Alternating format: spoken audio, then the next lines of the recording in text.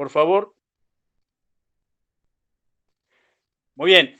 Buenas tardes, buenas noches, buenos días, depende en qué horario nos vean o nos vayan a ver. Un gusto estar con ustedes. Soy el profesor Mauricio Pérez de Afistur de México. Pues estamos en la serie de charlas de turismo, innovando. Acuérdense que Afistur, apasionados por el turismo. Esta vez nos va a tocar una charla más que interesante con el licenciado Joshua, que la verdad, esta ponencia, esta conferencia la vi en el Instituto Politécnico Nacional. Él se va a presentar un poco porque si no, no le haría justicia. Es un gran experto en este tema, astroturismo. Vamos a ver cosas interesantísimas, no solamente de turismo, sino también un poco de astrociencias, que por ahí la doctora Gia también comparte conmigo un proyecto de astrociencias. Pero bueno, hablando de la doctora Gia, un saludo a todo nuestro Consejo Mundial, a todos nuestros miembros alrededor del mundo, por toda Latinoamérica, a nuestras universidades, a nuestros docentes que son parte de esta gran alianza. Y pues bueno, antes de darle la palabra a Joshua, presento a la presidente mundial, la doctora Gia, unas pequeñas palabras, doctora, por favor. Claro que sí. Agradecer en primer lugar al equipo de Afistur que está trabajando bajo también el liderazgo del profesor Mauricio, una persona muy activa en lo que es el turismo y hacernos los contactos necesarios para poder hablar. Y de igual manera para Joshua, un abrazo y de verdad que estamos atentos a lo que tenga que decir. Este tema es muy importante, ¿no? Dentro de la temática mundial que vamos a seguir. Ya esas son las nuevas tendencias que tenemos y por lo tanto es muy importante. Y como decía Mauricio, de repente ahora no pueden entrar los jóvenes, pero esta es una afirmación que se va a hacer, una grabación que se va a hacer para que los jóvenes en las diferentes universidades puedan eh, participar más abiertamente y seguramente van a pedir tu colaboración en cuanto a preguntas que se van a hacer a lo largo del tiempo. Muchas gracias, Joshua. Un placer conocerte y bueno, y a todos los que están entrando también. Muchas gracias, Mauricio. Gracias, nuestra presidente mundial. Y pues bueno, Joshua, primero que nada, platícanos un poquito de ti, por favor. Sí, claro que sí, Mauricio. Bueno, primero que nada, muchas gracias a todos los colegas de Afisur. Es un gusto estar aquí con ustedes. Eh, bueno, yo no he estado mucho en contacto con colegas que están en cuestiones de turismo. Yo estoy un poco más en la parte de ciencias de la sostenibilidad, pero pues siempre han habido estos vasos comunicantes de cómo la sostenibilidad se sirve o tiene que tener la parte del turismo para interpretación del patrimonio al contrario, el turismo, pues las nuevas tendencias deben incluir la sostenibilidad. Entonces, eso es lo que me interesa. Justo ahora estoy terminando mi maestría en Ciencias de la Sostenibilidad en la UNAM, la Universidad Nacional Autónoma de México. Y bueno, de formación licenciada en Ciencias de la Tierra. De ahí un poco viene este proyecto. Yo empecé estudiando una cuestión de las que voy a hablar un poco más, que es la contaminación lumínica, un tipo de problema ambiental emergente que hasta hace pocos años no era tan escuchado, tan común ser percibido entre la población, pero pues es algo que nos está quitando nuestra visibilidad del cielo. Bueno, va por ahí como toda esta cuestión, uniendo ciencias de la Tierra y ciencias de la sostenibilidad, y pues nada, será un gusto estar platicando aquí con todos ustedes. Perfecto, bueno, ahorita para darte totalmente la palabra, ustedes lo están diciendo muy bien, nuevas tendencias del turismo, de nuestro amado turismo. Recuerden, Afistur, apasionados por el turismo. Y pues bueno, totalmente te cedo el micrófono, Joshua, licenciado Joshua, adelante, gracias. Perfecto, muchas gracias. Voy para allá.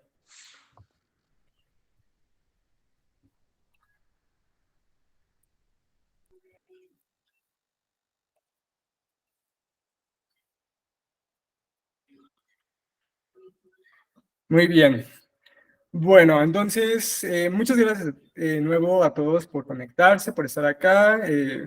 Será también un gusto estar platicando al final sobre algunas dudas que tengan, etcétera. Y bueno, a esta charla la he llamado Astroturismo. Permítanme, pongo mi cronómetro para no pasar el tiempo. Listo.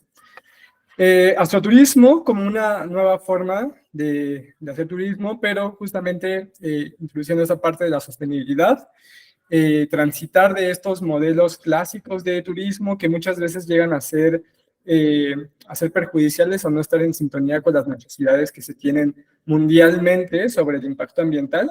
Entonces, esta forma de turismo justamente busca generar modelos en que la visita de personas a otros países, a otros sitios, a otras áreas naturales sobre todo, pues no signifique un gran impacto ambiental, ¿no? Bueno, comentaba que yo estudié Ciencias de la Tierra y Ciencias de la Sostenibilidad, pero ahora también formo parte de una red internacional llamada Dark Sky.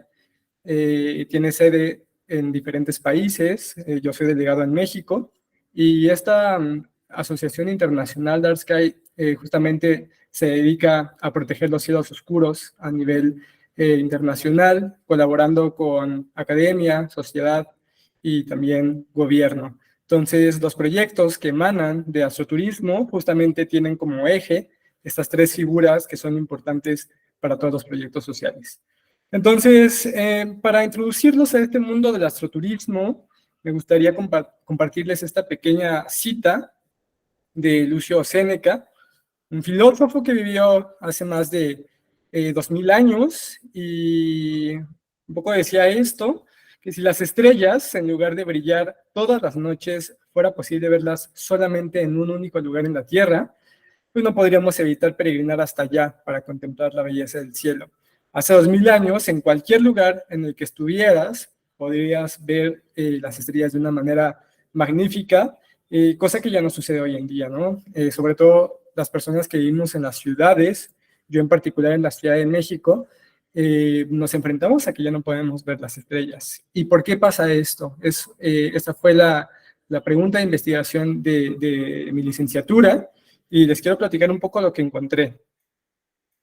Bueno, acá tenemos una imagen de lo que era antiguamente la Ciudad de México, se llamaba Tenochtitlan, cuando los mexicas, o conocidos también como aztecas, pues fundaron la ciudad por allá del postclásico entre el 1300 y el 1500. Entonces, Tomás Kissinger, que se dedica a hacer reconstrucciones basadas en la ciencia del paisaje, nos muestra una escena nocturna de Tenochtitlan, de la isla de Tenochtitlan, que está en un ambiente lacustre en el centro de México, y lo que destaca acá, por supuesto, además de los bellos volcanes Popocatépetl e Iztaccíhuatl, pues es el cielo estrellado. Aunque está un poco nublado aquí, podemos ver las estrellas y la luna bien definida. Entonces, este paisaje de noches estrelladas era fundamental para la cosmovisión mesoamericana, específicamente mexica o azteca, porque se servían de los astros, no solamente desde un punto de vista científico, de observación como nuestra sociedad hoy en día lo hace, sino también se servía de una manera ritual, es decir, observar las estrellas tenía un simbolismo ritual, por ejemplo, en el ciclo agrícola. Pero bueno, ¿qué pasa? 500 años después de la caída de Tenochtitlan, tenemos hoy en día la Ciudad de México. Esta foto de Fernando Tomás nos muestra un icono de la Ciudad de México, que es la Torre Latinoamericana y una de las avenidas principales, que es el eje central. Y entonces lo que observamos aquí es totalmente cómo se ha borrado este cielo, este cielo estrellado. Y esta es una foto de noche, imagínense, pareciera que es un atardecer, o incluso un amanecer, pero lo que pasa es que la iluminación de la ciudad está escapando hacia el cielo y nos está bloqueando esa observación, esa capacidad de observar las estrellas. Me gustaría que ustedes, todos las personas que nos están viendo en este momento, pudieran ver esta serie de imágenes y pensaran cómo se ve el cielo desde donde ustedes viven. Hay diferentes tipos, se clasifican diferentes tipos de cielo de acuerdo con la visibilidad de las estrellas que puedes tener, ¿no? Entonces, yo, por ejemplo, desde mi experiencia en el centro de la ciudad, pues prácticamente no se ven estrellas, a lo mucho algunas constelaciones famosas como los Reyes Magos, el Cinturón de Orión, y nada más. Y bueno, hay otros particularidades, otros sitios en donde se pueden ver más o menos estrellas, y hay unos sitios que se llaman sitios de cielo oscuro, en donde las condiciones de iluminación versus oscuridad son tales que permiten observar el cielo a como Séneca hace 2000 años lo podía hacer, ¿no? Es decir, un cielo naturalmente estrellado. Entonces, piensen un poco en dónde en qué parte de este esquema se encuentran, y una realidad es esta, que la contaminación lumínica, perdón que me vaya un poco atrás, eso que vemos aquí, esta iluminación en el cielo que vemos acá, se llama contaminación lumínica, y es básicamente la diferencia entre la luz que producimos con la que realmente necesitamos. Es decir, estamos desperdiciando mucha energía porque se va hacia el cielo donde no necesitamos. Eso es la contaminación lumínica, y es un problema ambiental emergente. Muchas veces hemos escuchado hablar de otros tipos de contaminación pues más comunes, más sonados, por ejemplo, la contaminación del aire o del agua, pero este tipo de problema ambiental pues es muy reciente, su investigación, su estudio es muy reciente, y bueno, también las cuestiones para resolverla también son muy recientes, ¿no? Entonces les muestro un par de datos sobre contaminación lumínica, y es que el 80% de la población mundial no puede ver las estrellas. Si ustedes desde el lugar donde viven pueden ver, por ejemplo, la Vía Láctea, son unos afortunados porque nada más 2 de cada 10 personas en el mundo lo pueden hacer. Y aquí hay otra estadística que para mí es como más preocupante, que ese problema avanza a tasa de 10% cada año. Entonces, si de seguir la tendencia actual de avance de la contaminación lumínica en todo el mundo, pues las próximas generaciones ya no van a ser capaces de observar las estrellas en ninguna región del mundo. Hay algunas cuestiones que se conocen como santuarios de cielo oscuro, les voy a hablar un poco más adelante de eso.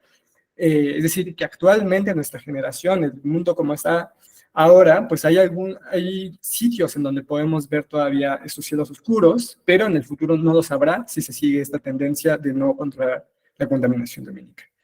Y bueno, de ahí viene entonces la cuestión del astroturismo. El astroturismo es básicamente cuando tú sales de la ciudad, manejas 2, 3 horas fuera de la ciudad para ir a un lugar rural, al campo, a observar las estrellas, la Vía Láctea. Sin embargo, esa visión no me gusta porque suena como un escape, es decir, que tú tengas que salir de tu ciudad, manejar 3 horas como mínimo para ver la Vía Láctea, suena como a eso, como a un escape de la realidad. Sin embargo, el planteamiento del astroturismo como un modelo de gestión, lejos de ser un escape, se vuelve una solución. Y ahora les explicaré por qué es una solución. Esta foto que vemos acá es en un sitio en Hidalgo, un estado de México, donde estamos trabajando justo en un proyecto de astroturismo, como primer parque internacional de cielo oscuro en el país. También les voy a hablar un poco más de todos estos términos, pero los voy introduciendo en las imágenes que les voy presentando. Bueno, entonces el astroturismo, como decía, más allá de ser un escape, es una solución que tiene 3 ejes principales, que aquí pueden verlos.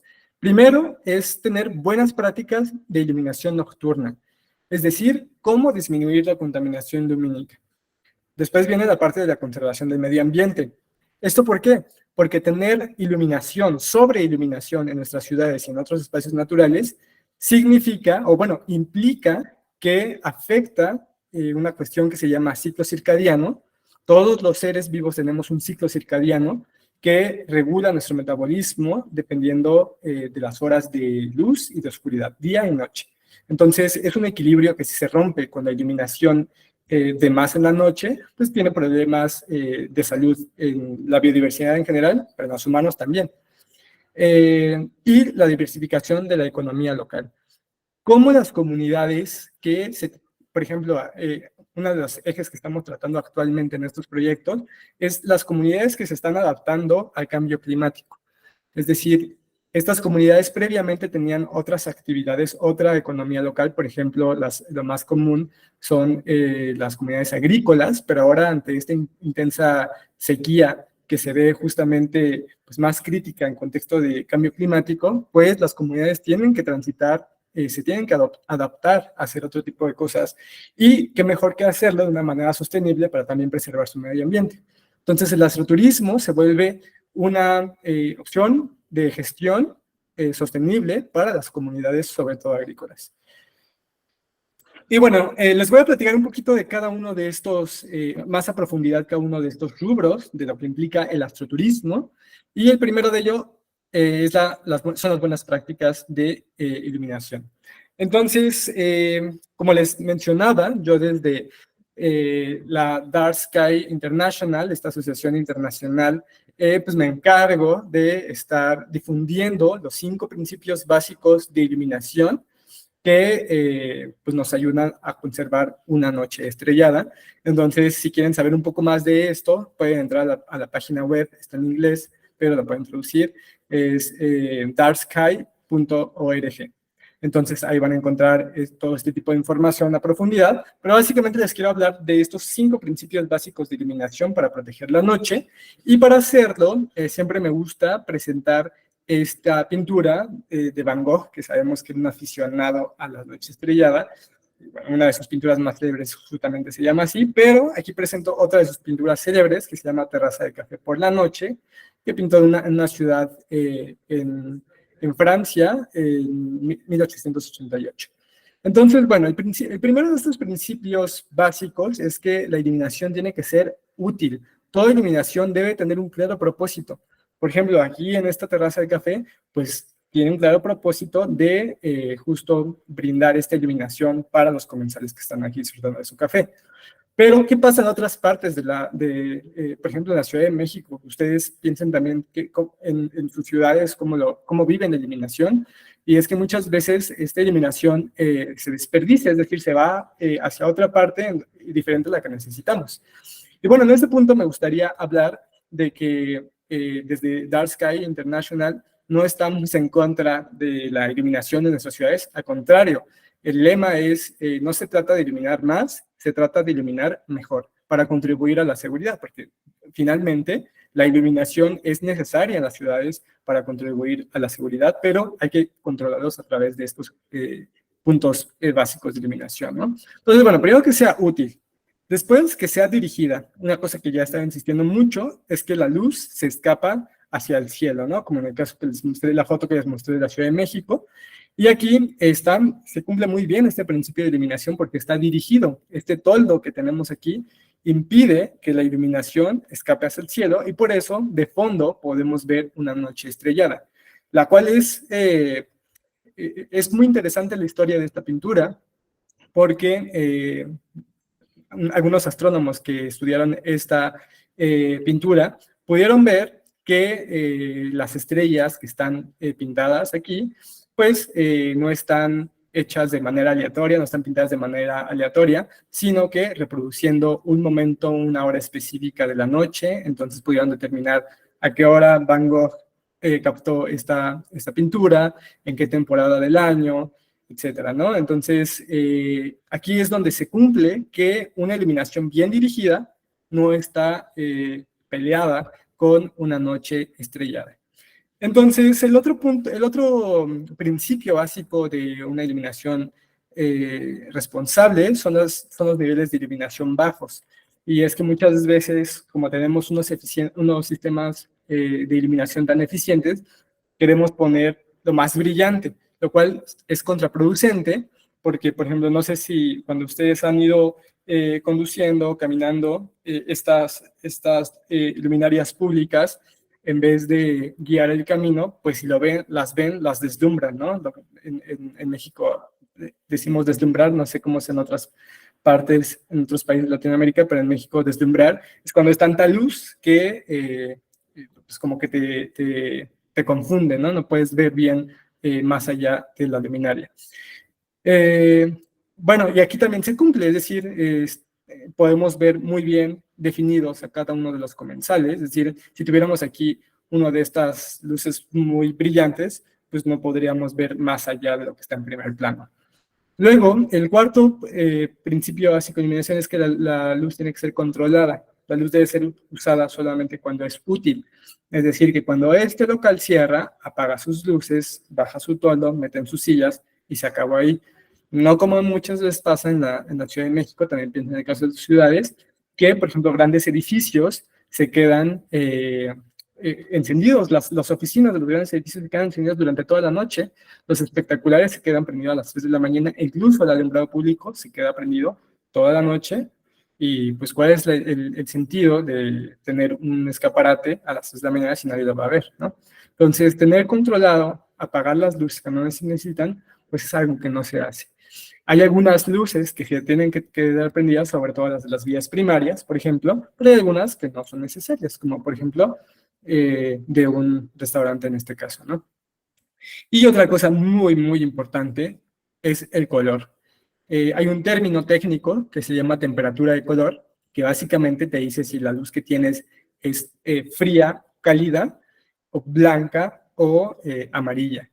Entonces, la tendencia actualmente es tener esos LEDs de luz blanca por la supuesta eficiencia energética que pueden ofrecer. Sin embargo, lo que ha pasado, esto fue parte de mi investigación en la licenciatura, es que analicé el sistema de iluminación en la Ciudad de México y me di cuenta que el supuesto ahorro energético que se tenía con el LED no se cumplió por una cuestión llamada la paradoja de Jevons, que básicamente te dice que los sistemas eficientes, los sistemas humanos eficientes, a la larga, pues son ineficientes, porque al tener, es decir, al poder producir tanta iluminación a un costo más bajo, entonces va a hacer que haya un efecto de rebote y estés produciendo y produciendo mucha más luz.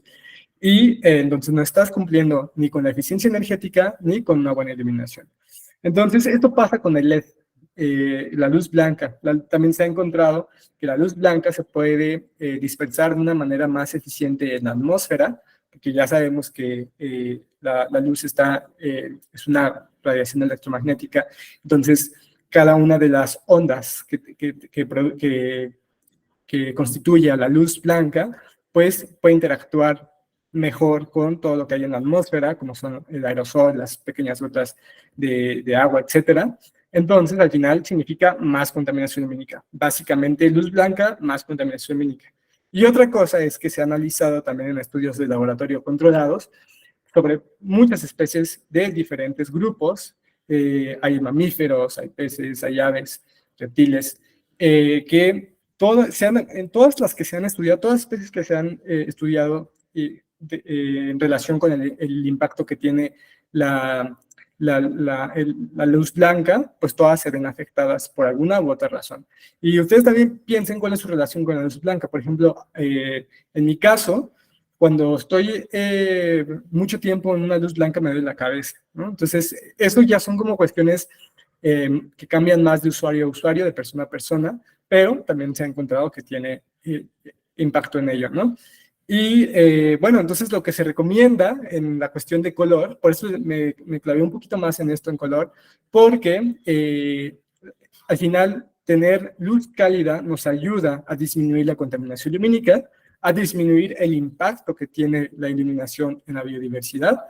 Y bueno, siempre es mejor tener esta iluminación. ¿Qué pasa? ¿Por qué se ha transitado de esta iluminación cálida en las ciudades? Pues porque muchas veces es ineficiente. Es decir, esta luz cálida viene de los llamados focos incandescentes, que se acuerdan eran estas bombillas antiguas, que si tú las tocabas estaban muy calientes. Entonces, son muy poco eficientes porque la mayor parte de la electricidad pues la disipan en forma de calor y otro poco pues en luz, ¿no? Pero pues ya hay otras tecnologías que ahorita están surgiendo que básicamente son unos LEDs con filtros para la luz cálida. Entonces, eso puede ayudar mucho, ¿no? Bueno, entonces ya les he hablado de los 5 principios de iluminación nocturna, que para recordarles, si alguien quiere tener un proyecto de astroturismo, tiene que asegurarse que en el territorio circundante hayan buenas prácticas de iluminación nocturna para reducir la contaminación lumínica y entonces puedas ver las estrellas. Sí o sí, en todo proyecto de astroturismo, buenas prácticas de iluminación nocturna. Ok, entonces pasamos al siguiente punto, que es la conservación del medio ambiente. Entonces, la conservación del medio ambiente, ya les adelantaba hace un momento que en todos los estudios que se han hecho de diferentes grupos animales, la contaminación lumínica impacta a estas especies. Y esto tiene una explicación evolutiva incluso, aquí tenemos una gráfica de un estudio de Hawker en 2010 que muestra la nocturnidad contra el momento en que surgieron diferentes grupos de animales, ¿no? Entonces, la gráfica aumenta en el tiempo de derecha a izquierda, es decir, los peces son los más antiguos que surgieron hace aproximadamente unos 400 millones de años, y de aquí se ve como una curva, ¿no? Ascendente. Entonces, vemos que las especies que han surgido más recientemente en el tiempo tienen un porcentaje de nocturnidad, es decir, que están activas durante la noche más tiempo, ¿no?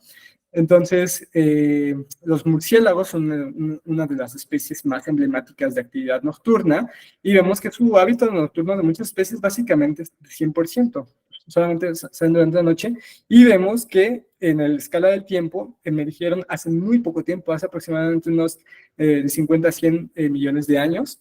Entonces, ¿por qué se han adaptado más a la oscuridad? Pues porque también a lo largo de la historia de la Tierra, pues este momento de luz y oscuridad se ha ido, ha ido siendo igual, es decir, tenemos el mismo tiempo de oscuridad que de luz, ¿no? Entonces, las especies se han adaptado a esas 12 horas de oscuridad, 12 horas de luz. A diferencia de los peces, que cuando surgieron en los mares era una tierra muy joven y el día duraba más. Entonces, por eso eran más activos los peces durante el día, ¿no? Entonces, imagínense, bueno, aquí están los primates, los mamíferos, nosotros estamos por acá, ¿no? Nuestro porcentaje de nocturnidad pues, está por el 50%, más o menos. Estamos en promedio, los humanos 50% activos durante la noche. Sí, tenemos más bien el mayor tiempo en el que estamos activos pues es durante el día, ¿no? Muy poco tiempo durante la noche. Y bueno, al final que nosotros como humanos y otros mamíferos, primates y en específico los murciélagos estemos de este lado en nocturnidad, pues significa que entonces que la contaminación lumínica nos va a afectar muchísimo más. Y aquí les presento como unos estudios célebres, son los clásicos de contaminación lumínica, de cómo afectan algunas especies, por ejemplo las tortugas marinas. Sabemos que eclosionan en las playas y para guiarse, es decir, cuando salen del huevo para guiarse hacia el mar, pues entonces siguen el reflejo de la luna y las estrellas en la superficie del agua. Pero ¿qué pasa si tenemos un complejo turístico como puede ser Cancún en México, de estos que están súper eliminados? Entonces las tortugas se van a confundir y ya no van a saber si ese reflejo es justo donde está el mar o se van a ir hacia donde están estas luces de los hoteles pensando que ese es el reflejo de las estrellas en el mar, ¿no? Entonces lo que pasa es que aquí, bueno, les muestro rápidamente esta gráfica, que cuando las luces están apagadas, las tortugas tienen un camino, 100 caminos que están orientados hacia el océano, ¿no? Entonces, cuando las luces se prenden, se van hacia el otro lado, porque las luces de los hoteles son mucho más fuertes que el reflejo de las estrellas en el mar. Entonces se van hacia el otro lado, no se van al mar, sino se van a los hoteles y entonces mueren exhaustas o son más susceptibles de ser depredadas. Otro ejemplo parecido es el de los escarabajos peloteros, que ya sabemos que su papel en los ecosistemas es invaluable porque se encargan de reintegrar todos los desechos pues, de nuevo al ecosistema, ¿no? Entonces, lo que pasa, igual les presento dos gráficas, aquí es cuando el cielo estrellado es visible, pues que todos estos son caminos. Se les puso un GPS a cada uno, y entonces se ven los caminos que siguen, y vemos que pues, son muy marcados, ¿no? Es decir, tienen unos caminos que están muy bien marcados, y lo contrario pasa cuando no se ven las estrellas por la contaminación lumínica, empiezan a ser muy erráticos, dan vueltas, bucles, se van por otras rutas que no tenían antes, entonces les confunde esto para su orientación, su navegación nocturna. Y otro ejemplo también muy famoso es el de las aves migratorias que viajan, en el caso de algunas, todo el continente americano, desde Canadá hasta algunas regiones de México, incluso Sudamérica. Y lo que pasa con esta contaminación lumínica es que interfiere justo en este proceso de migración, porque muchas de estas especies pues migran durante la noche, ¿no? Entonces, al final, también la luz se vuelve un obstáculo para su navegación. Entonces, si nosotros tenemos unas buenas prácticas de iluminación nocturna, conservamos el medio ambiente, no solamente a estas especies, sino también al cielo oscuro. Es decir, siempre es un ganar-ganar en este caso, ¿no? Y por último, la cuestión de la diversificación de la economía local. Pues aquí les presento algunos datos. Nos falta hacer investigación, tener la evaluación de los proyectos en México. Todavía está como muy en pañales esto, pero básicamente ¿qué pasa con el astroturismo? Es que si tienes actividades durante la noche, pues tienes la oportunidad de hacer 12 horas más de turismo, más allá de las tradicionales de día, ¿no? Ahora tienes las de la noche. Una bondad también muy importante del astroturismo es que la infraestructura es mínima. Es decir, ahorita les voy a mostrar rápido, tengo otros 25 minutos, les voy a mostrar cuáles son las condiciones materiales para tener un proyecto de astroturismo, donde la infraestructura es mínima, porque las personas que justo hacen astroturismo están buscando lugares, pues sí, más naturales y pues no se requiere de gran inversión en señalética, carretera, etcétera. Muchos de ellos hacen astrofotografía. Bueno, más adelante hablaré de cuáles son las actividades que se hacen en astroturismo, pero aquí solamente quiero decir que esta infraestructura es mínima.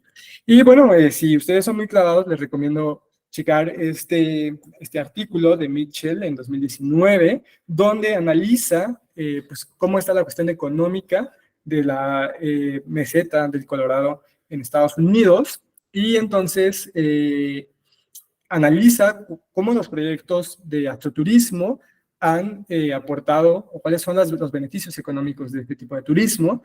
Y entonces, en 10 años de que se ha implementado el astroturismo en esa parte, pues tiene el recuento de $5,000 millones, la generación de $5,000 millones y 10,000 empleos nuevos cada año en promedio. Es decir, este es un aspecto muy específico, de una región muy específica, por eso digo que se requieren de estudios que nos muestren en nuestros contextos cómo el astroturismo contribuye a la cuestión económica. Bueno, también hablar que al final estos datos econométricos pues son limitados, es decir, no son la verdad absoluta, pueden decir es mucho o es muy poco dinero, pero también hay que ver otros contextos, no solamente irnos con la cuestión monetaria, sino también ver cómo las dinámicas de las comunidades se ven impactadas, qué otras cosas ofrecen, aparte del dinero tal cual, ¿no? Entonces, para eso, les quiero hablar rápidamente de este proyecto que les hablaba en Hidalgo, es un estado de México, en la parte central del país, y Peña del Aire se llama el sitio. Peña del Aire es un sitio muy emblemático, es muy particular en el país porque hasta el momento tiene 2 designaciones de la UNESCO. Primero, entre 2000 y 2001, recibió justamente este reconocimiento como reserva de la biosfera.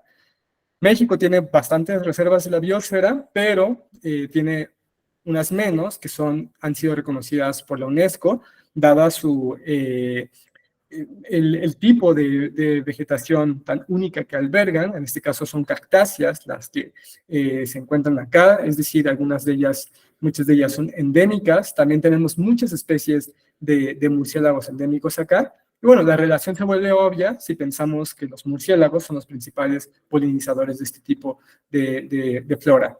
Y por otro lado, el otro nombramiento que recibió por parte de la UNESCO es en el programa de Geoparques Mundiales. El programa de Geoparque Mundial es una figura de gestión sobre el patrimonio, el geopatrimonio, es decir, todo lo que tiene que ver con la cuestión geológica.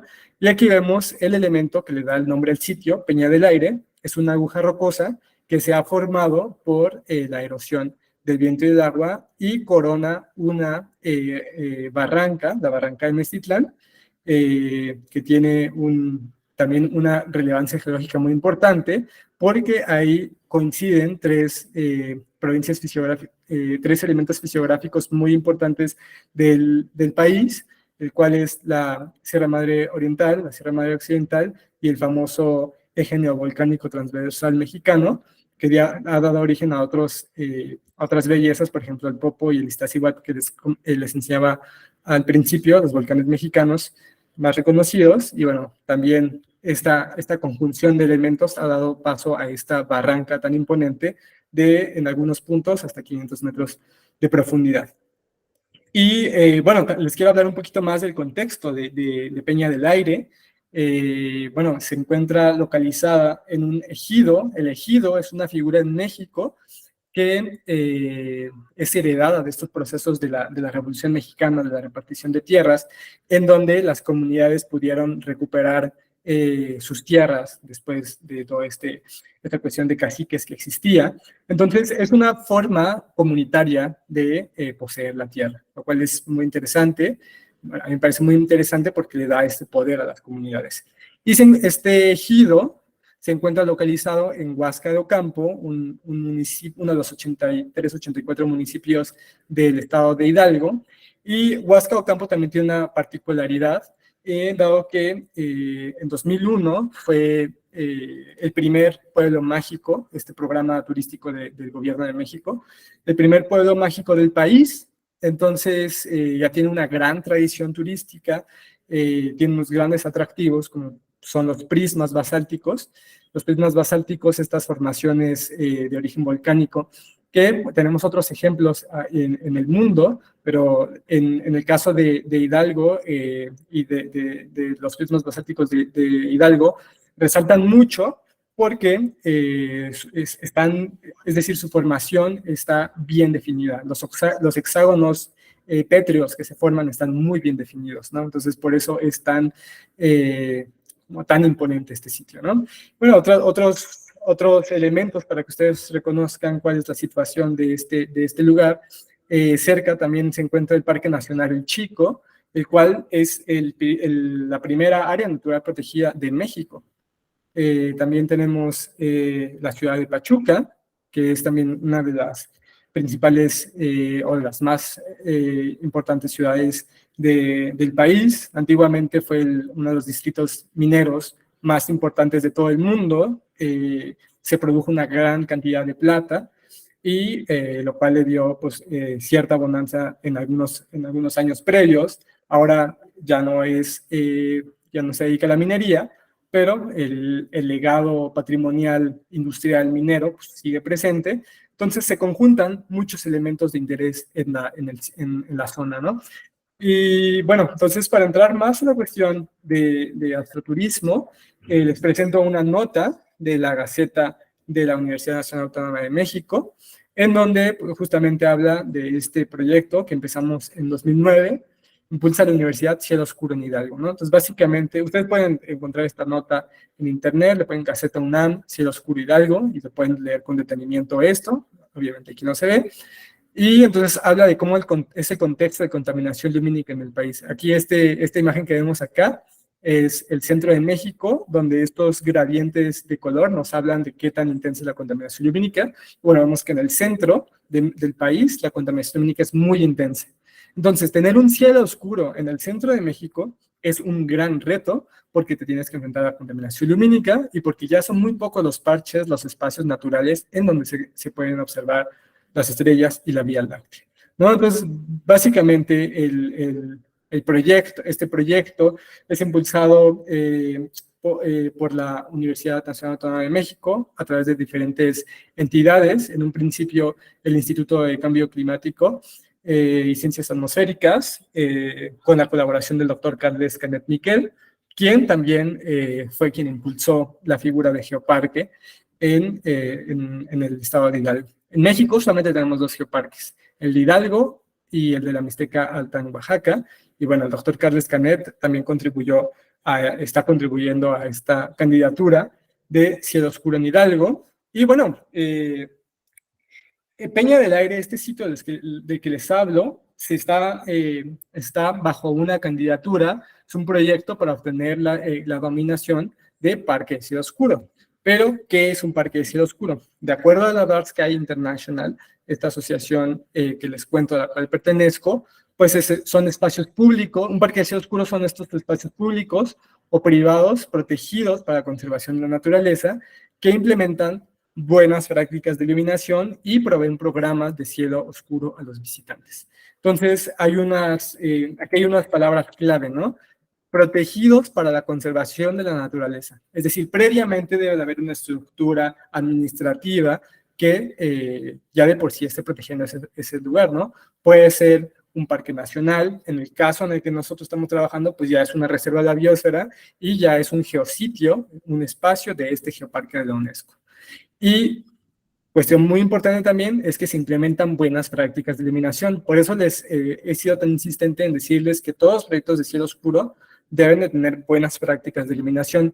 Y bueno, también aquí hay otra cuestión clave, que es proveer de programas de cielo oscuro a los visitantes. Es decir, los visitantes no nada más llegan ahí y ven el cielo y dicen qué bonito y ya se van, sino que las mismas comunidades tienen una capacitación, tienen un conocimiento local que permite al visitante llevarlo de la mano y decirle cuáles son las particularidades de la bóveda celeste en este sitio. Es decir, la bóveda celeste, las estrellas, pues prácticamente son las mismas en todo el mundo, ¿no? Bueno, cambia de acuerdo con la latitud, pero es decir, lo rico que pasa cuando una comunidad se involucra para explicar las estrellas es que pues salen otros ejes, como puede ser pues las leyendas del lugar, las prácticas ancestrales culturales que tienen que ver con las estrellas, es decir, cómo, qué estrella, qué fase de la luna se utiliza para hacer cierta parte del ciclo agrícola.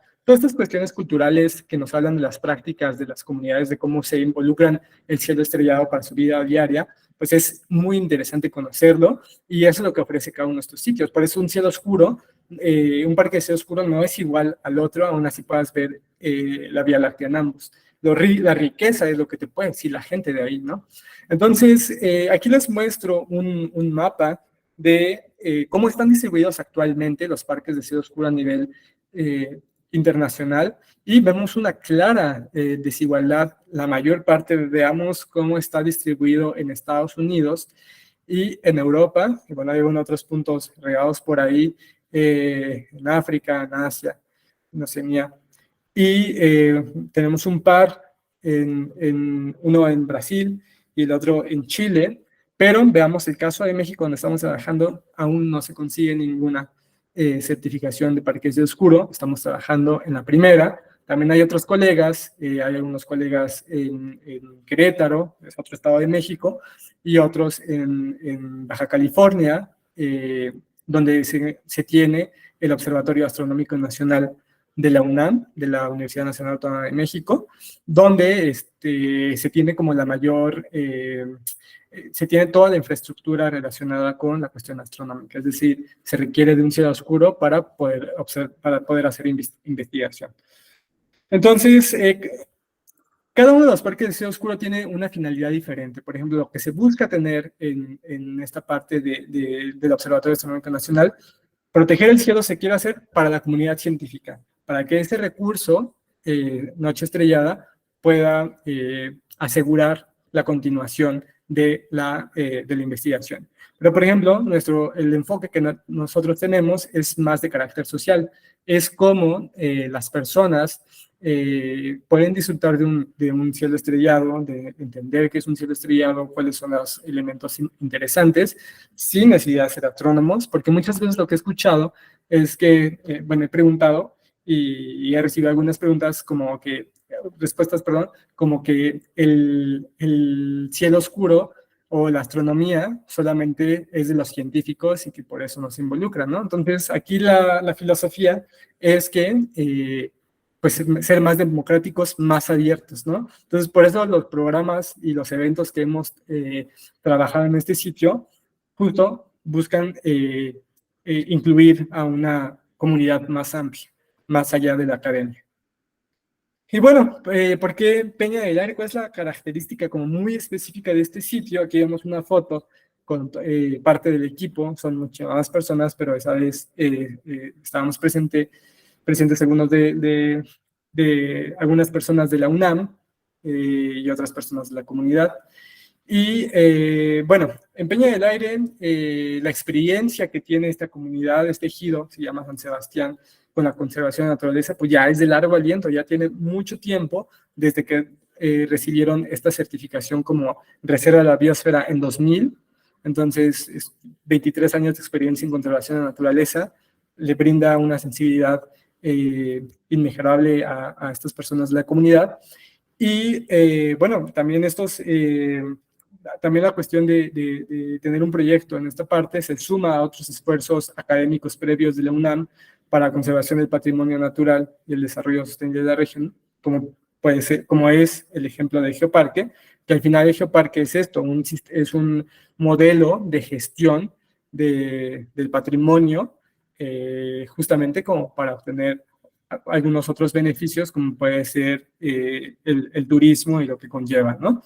Y uno que es muy importante y que es un objetivo que viene desde mi tesis de licenciatura, es la regulación de la contaminación lumínica en el centro de México. Entonces, una de las conclusiones que hago en mi tesis es señalar que si se tienen uno de estos espacios específicamente y públicamente visibles, que son protegidos de la contaminación lumínica para observar las estrellas, pues al final se vuelve un instrumento y una herramienta que tenemos para hablar con tomadores de decisiones y entonces ir a regular la iluminación en otros aspectos, en otros niveles, desde el nivel municipal, el estatal e incluso el federal. Entonces, lo que hemos hecho es, desde academia, colaborar con estos diferentes órdenes de gobierno para regular la contaminación lumínica, porque, bueno, es importante mencionar que la contaminación lumínica no es solamente una cuestión de los municipios, que en el caso de México, los municipios, que es la escala de gobierno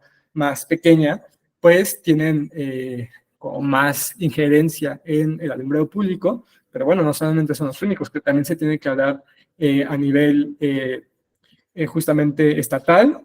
En Hidalgo, por ejemplo, apenas en febrero tuvimos una cuestión denominada la Semana Internacional del Cielo Oscuro, en donde el gobernador emitió esta proclamación estatal del compromiso del gobierno para tener estas regulaciones de contaminación lumínica, ¿no? Y digo también al nivel federal, porque México es uno de los pocos países a nivel mundial que tiene una legislación sobre contaminación lumínica, coloquialmente llamada Ley del Cielo, que fue una reforma a la Ley Ambiental de México en materia de contaminación lumínica hace 2 años. Todavía no están las normas oficiales mexicanas, los aspectos técnicos específicos para regularlo, pero ya es un paso y en eso se está trabajando. Y bueno, entonces ya se va a acabar el tiempo casi, pero les hablo rápidamente como de un poco las experiencias que hemos tenido sobre, primero, buenas prácticas de eliminación, ¿no? Entonces, aquí tenemos una firma con autoridades del municipio, en donde participan personas de la academia. Por ejemplo, aquí está el doctor Carlos Canet, también está el doctor Eduardo de la Universidad La Salle Pachuca, tenemos a la presidenta de Peña del Aire, ahí en Energía San Sebastián, y tenemos al presidente municipal. Entonces, como ven, colaboran personas de diferentes entidades, lo cual es muy rico y le da toda la credibilidad al proyecto. Y entonces, esta firma que se tuvo, también hay que ver que son procesos pues, que toman su tiempo. Esta firma que tuvo lugar en septiembre de 2022, hasta ahora se ha podido resolver. En unas semanas tendremos un proyecto de eliminación justamente siguiendo estos 5 principios que les mostré en el municipio de Huasca, el que se llamaba el primer pueblo mágico. Entonces, justamente aquí se muestra cómo el interés de una comunidad y los académicos pudo generar un proyecto a nivel municipio, y bueno, el municipio también salió con el Estado para recibir unos fondos justo del gobierno estatal para hacer un buen proyecto de eliminación. Después, si siguen mis redes, les mostraré algunas fotos de lo que está pasando, ¿no? Entonces, bueno, no me quiero extender muchísimo más porque ya tenemos muy poco tiempo.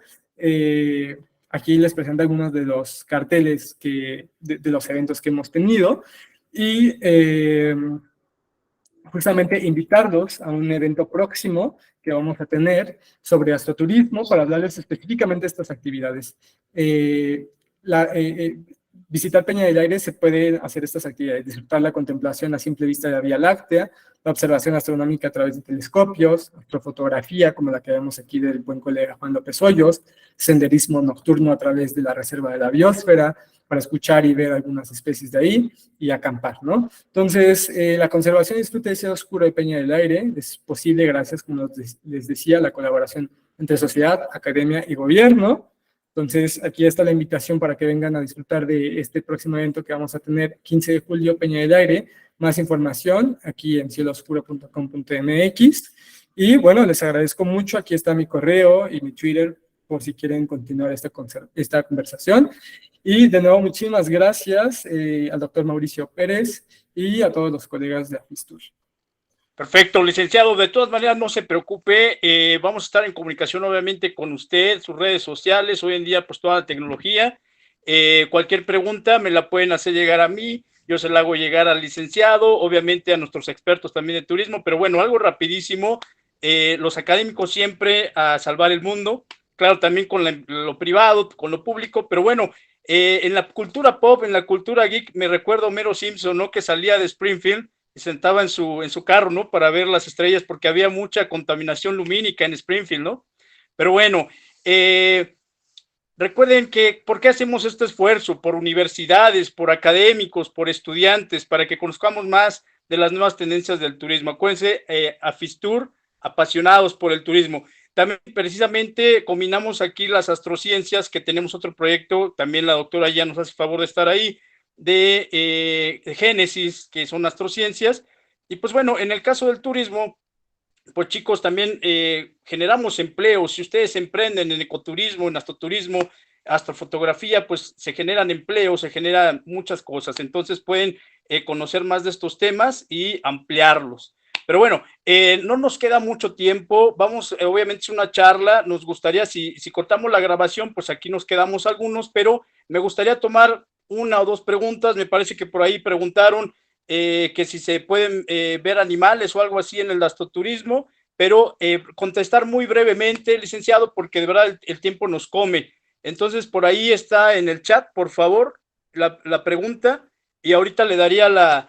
bueno, también le comento que tenemos al licenciado David Vázquez, que él tiene pues convenio con muchísimos pueblos, entonces por ahí podemos tener también muchos acercamientos muy buenos.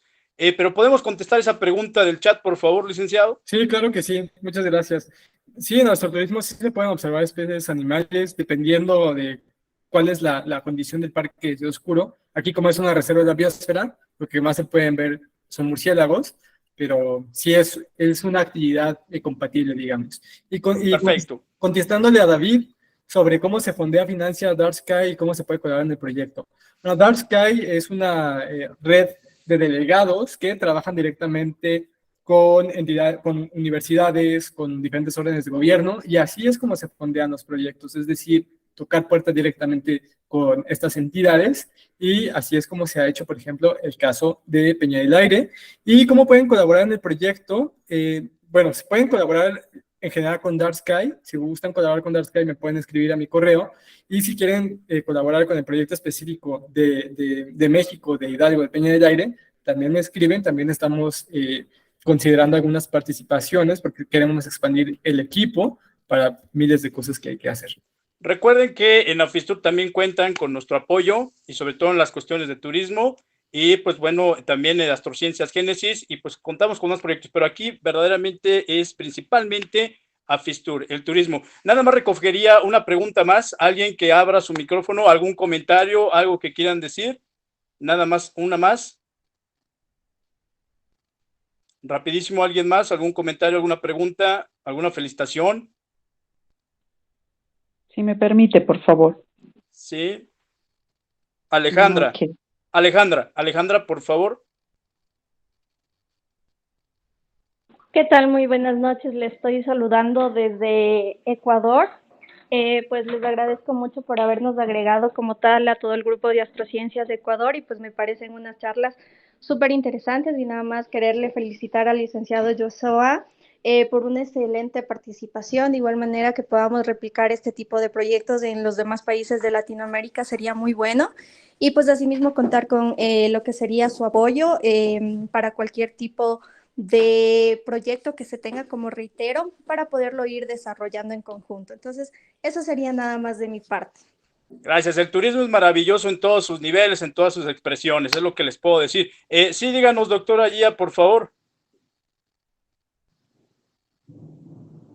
Muy amable, sino solamente darle las gracias a Joshua, a ti y a todos los participantes, ¿no? Es para nosotros un honor siempre tener nuevas temáticas, nuevas tendencias y esto nos empodera más en el mundo académico. Por lo tanto, es muy importante que nosotros también participemos. Recordemos que el turismo mueve no solamente la economía de los países, sino también mueve el aspecto laboral de los jóvenes, no solo de los involucrados, sino de todo el macro sistema económico que existe en cada región, país. Por lo tanto, este es un tema holístico, un tema transversal y para lo cual, pues, animar siempre a que podamos hacer. Están abiertas las inscripciones también a todos los interesados en lo que es el AFISTUR, como colaboradores, como miembros participantes. Y solo agradecerles por la asistencia, por la temática. Gracias, Joshua, Mauricio, un abrazo muy grande y a cada uno de ustedes también.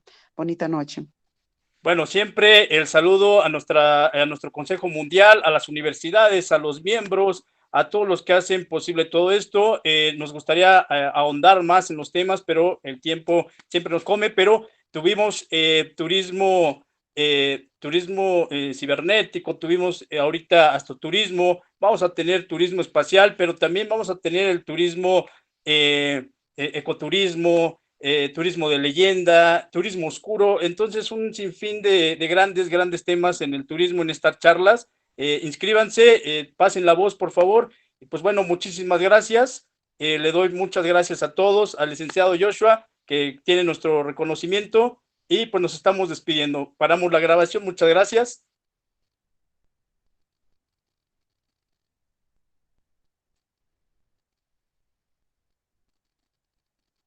Ok, bueno, paramos la grabación. En este momento, si alguien tiene que hacer una pregunta.